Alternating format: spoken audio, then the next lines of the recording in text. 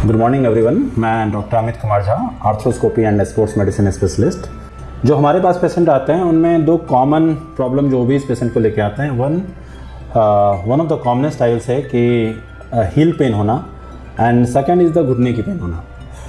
तो हम लोग ये जानते हैं कि जैसे हमारा वज़न बढ़ता है तो हमारे सारी वेट इस हील वोन पे आती है और इन ओबेज पेशेंट में इनकी फुट की भी थोड़ी फ्लैटनिंग होती है, जिसके कारण फुट पे एबनॉर्मल प्रेशर आने के कारण उनके फुट में पेन होता है। सिमिलरली ये लोडिंग पैटर्न नी पे भी काम करती है और नी के कार्टिलेज, मेनिस्कस, इस पे ज़्यादा लोडिंग होने के कारण उसमें पेन होता है।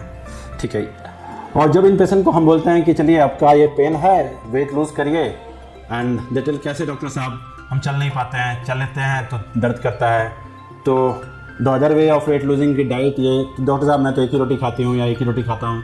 ठीक है, तो इट्स वेरी डिफ़िकल्ट, क्योंकि ऑलरेडी ये जो बिगनिंग है, ये जो स्टार्ट है वेट गेन करने की जर्नी 10 से 15 साल पहले से थी एंड ग्रेजुअली ये प्रेशर भी आपका जॉइंट झेल रहा था एंड वो एक ब्रेकअप पॉइंट पे आ गया है जब उसने जवाब दे दिया कि नहीं अब आप इसके लिए कुछ करो, अदरवाइज़ मैं तो फेल हो रहा हूँ।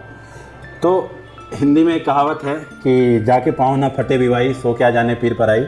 तो मुझे भी हील पेन हुआ था, जैसे मैं देख रहा हूँ मैंने वेट गेन किया and I started reducing the thing weight अपना, and way heel pain vanish होती है with proper exercise, footwear and ये। तो आपके थ्रू मैं यही बोलना चाहूँगा कि आप वेट जर्नी को कंट्रोल करें, अदरवाइज़ एक टाइम ऐसा आता है कि आपकी बोन गिव अप करेगी and you will go through a lot of pain, surgery, braces and all. तो स्टिच इन टाइम सेव 9।